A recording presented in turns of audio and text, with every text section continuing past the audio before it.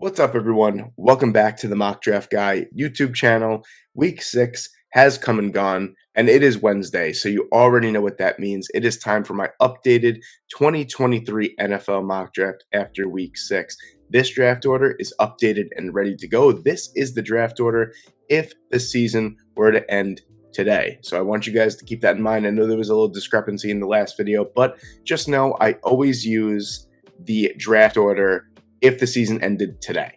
So without further ado, I think we should just get into it.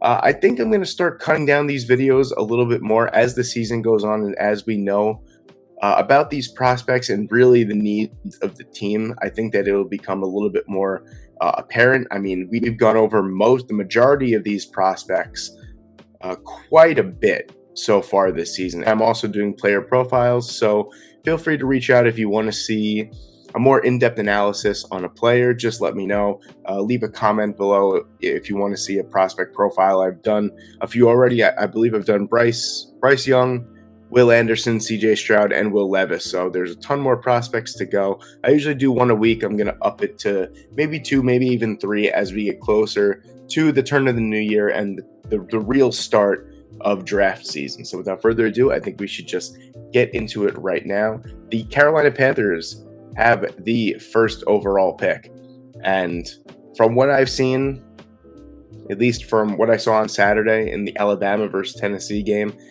even though Alabama lost, Bryce Young's stock continues to go up. 455 passing yards, 2 touchdowns. I think it's going to be a battle throughout the entire year on who's going to be the number 1 quarterback taken off the board, and I think Bryce Young definitely won this week. And yeah, Carolina's terrible. I think PJ Walker had like 44 passing yards. They're just going to go throughout the rest of the season without a real starting quarterback and just kind of ride the storm here.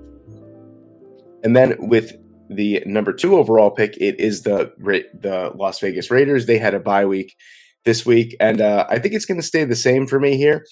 At number 2, I still think, even though Will Anderson is on the board, CJ Stroud is still on the board. The Raiders have a potential out with Derek Carr. Still don't think that he is the problem. He's more than capable of winning games for the Raiders. So I think the biggest problem that this Raiders team has right now, maybe besides for offensive line, is the play of their defensive tackles. And I think Jalen Carter is a disruptive force in the middle of a defense that anyone would love to have. So I'm going to go Jalen Carter here at number 2. With the 3rd overall pick, it's the Detroit Lions, not the Detroit Tigers, interestingly enough. So, I mean, CJ Stroud immediately pops off the page at me here. I'm going to hold off on the quarterback talk for one more week. I'm going to give Jared Goff another opportunity. And I know that just like the Raiders, I'm pretty sure the Lions have a potential out with the Jared Goff contract as well, where I think they'll only take, I think it's $5 or a $10 million dead cap hit for the rest of his contract. It's not a bad option either, but I mean, with Stroud on the board, it's tough not to pick him. I'm going to go against it, though. I'm going to say Will Anderson is going to be the pick here. Best player in the draft. I think if he's here at number 3, it's a lock of a pick. Then moving on to number 4, Houston Texans. If they're picking at number 4, they're going to need a quarterback. CJ Stroud is still on the board, arguably the QB1 in the entire class. So I'm going to roll with CJ Stroud here at number 4 to Houston. And then moving on to number 5 is the Philadelphia Eagles.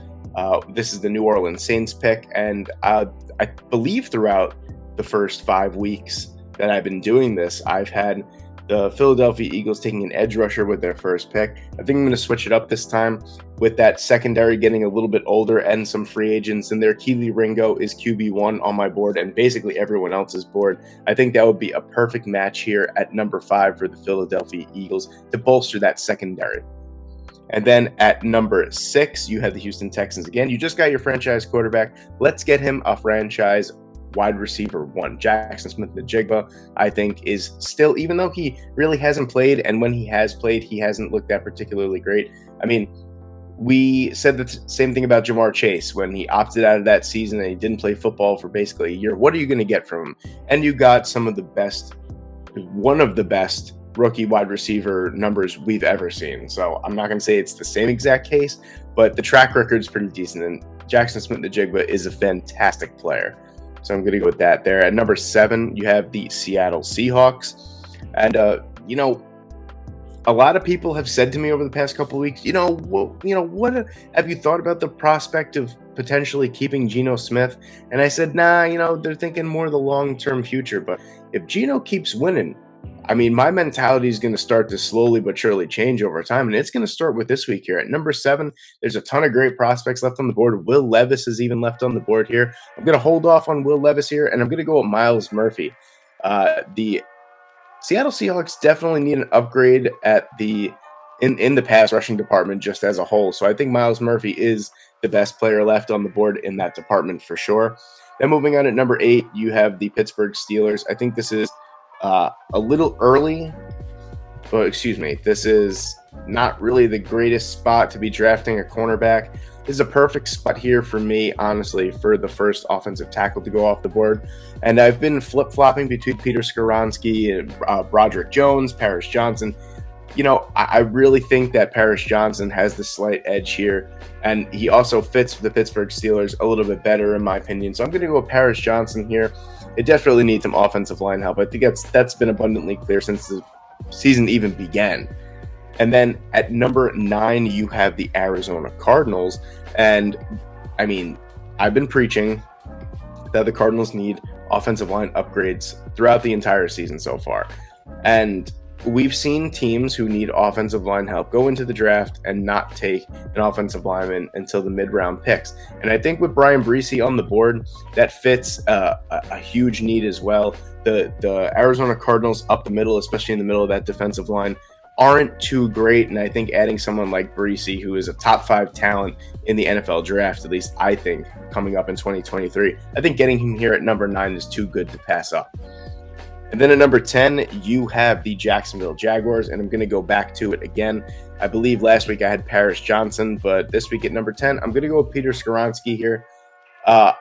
If Brian Bresee went past the Arizona Cardinals, I was going to say Bresee would be a good fit for the Jacksonville Jaguars, but really this defense doesn't have too many holes in it. I mean, they've played very well up until this point. At least I think they've played very well up until this point. It is a Jacksonville Jaguars defense after all. But their offensive line, Juwan Taylor has played better, but he's still not good enough to earn an extension, I think. I think they let him walk, and they bring someone in to play right tackle because Cam Robinson is locked up for the next 3 years. So Skoronski seems like a good pick for me here. You want to protect your number 1 asset, and that is Trevor Lawrence. And then moving on to number 11, another wide receiver comes off the board here. I mean, this offense is just completely anemic. I think that the marriage between Justin Fields and the Bears is going to end real quick, and I think that we're going to see a veteran quarterback in there. I don't think they're going to go out and draft another one. I think we're going to see, a veteran or maybe one more year of Justin Fields, but regardless, whoever it may be, you need to get them weapons. And Jordan Addison has been probably, at least statistic-wise, has been one of the best wide receivers in all of college football. And I think he is the clear-cut wide receiver 2 in this draft class. And I'm going to go with him here to the Chicago Bears. Then at number 12, you have the Washington Commanders. And it's clear. I mean, offensive line is in play here as well. But you got to get the long-term quarterback solution. And a lot of people think that Will Levis is the number 1 quarterback in this entire draft class. They say that he's the most pro-ready. I'll say that the Commanders buy into the hype. They need a quarterback desperately, a long-term quarterback solution desperately. So I'm going to go with Will Levis there. At number 13, you have the Atlanta Falcons. Unfamiliar territory for the Atlanta Falcons, picking outside the top 10. But hey, they just keep winning. They're 3-3.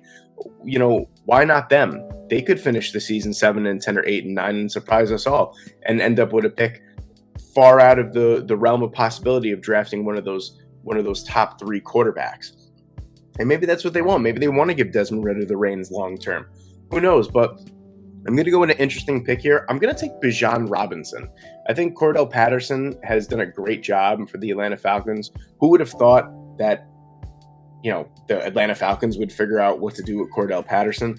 But he is getting up there in age, and he is getting injured quite often as well. I think the Atlanta Falcons do a good job of running the football. If you can get a 3-down workhorse in there long-term like Bijan Robinson, I think he adds a certain dynamic to the offense that maybe Cordell Patterson has but won't have long-term like Robinson will have. And then with the number 14 overall pick, I think Tariq Woolen has been a fantastic find for the Seattle Seahawks. He's been incredible so far. But they still need some help in the secondary there. We just got what was it? Miles Murphy we took at number 7. I think they're going to bolster the defense yet again. Linebacker is also in play here for me too, but I'm going to go with Joey Porter Jr., who's slowly but surely establishing himself as a top 3 cornerback prospect in this upcoming draft. I think it's a great fit, and they desperately need some cornerback help on the back end. Then at number 15, you have the Cincinnati Bengals, and I believe last week I went with a cornerback here. I went with Joey Porter last week, I believe. I'm going to kind of flip-flop on that again. I still think the tight end position is a massive need for this Bengals team, and I think with Michael Mayer sitting here, he's the clear-cut number 1 tight end in this entire class. I think it's a no-brainer if he's on the board at 15. Then at 16, the New England Patriots. I don't really know where to go with this team lately. 2 weeks ago, I was preaching cornerback help. Now the cornerbacks look fantastic.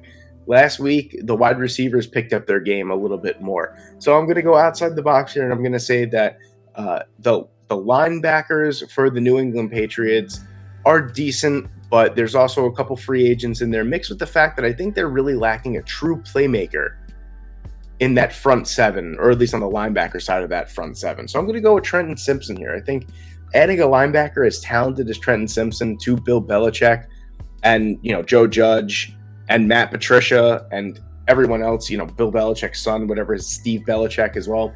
I think that gives this defense a certain dynamic. I mean, they have playmakers in the secondary for sure, but up front, it's pretty much lacking outside of Matthew Judon. So I like Trenton Simpson there.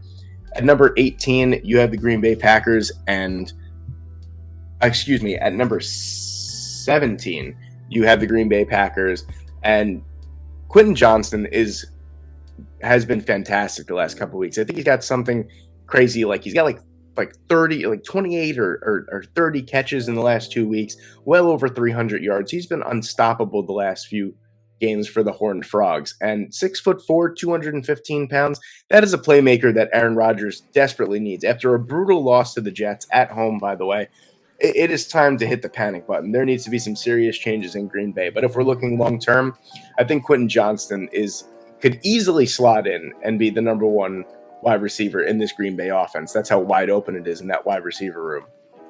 And then at 19 here, you have the Miami Dolphins, and it's a familiar face for me for the Miami Dolphins. I'm going to go with Nolan Smith here.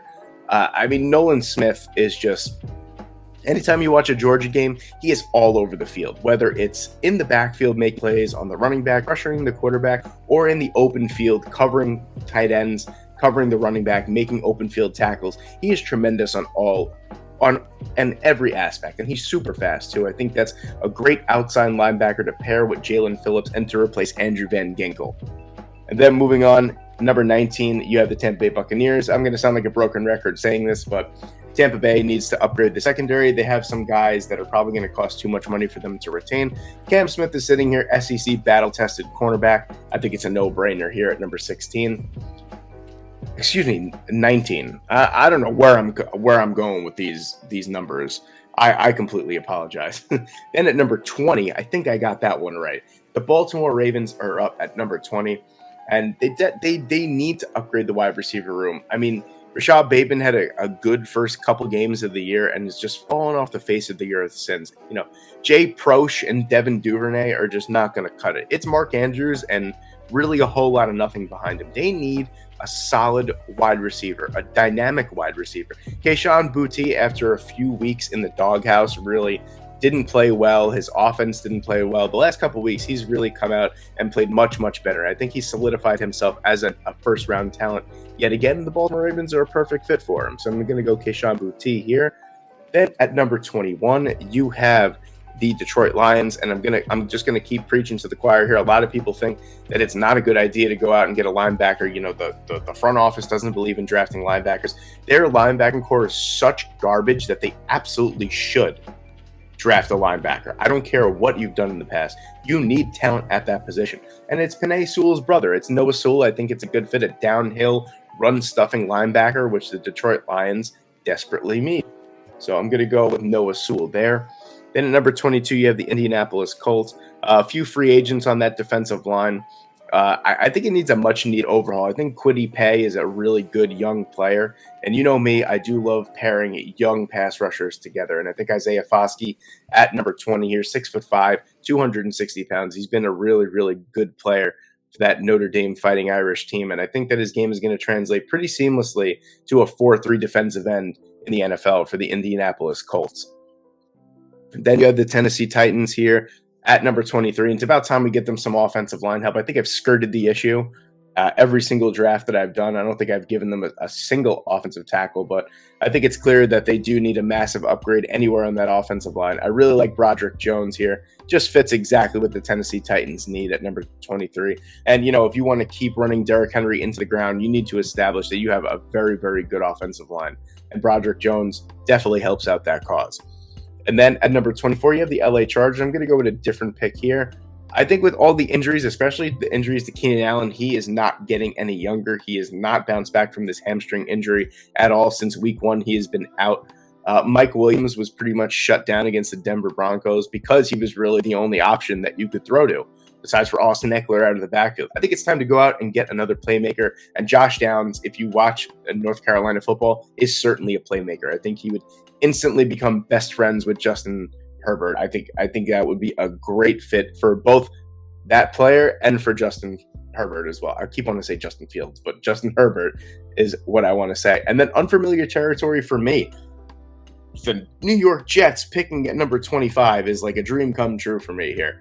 But I'm going to ride it as long as I can because I know that it's probably not going to last throughout the entire season. But they're playing good football. But I still think the offensive line needs an upgrade. They've done a fine job so far, considering the revolving door at left and right tackle the New York Jets have had so far this year. Don't get me wrong. I think Elijah Vera Tucker playing right tackle has been the brightest spot for that offensive line so far this year. But he is not a tackle.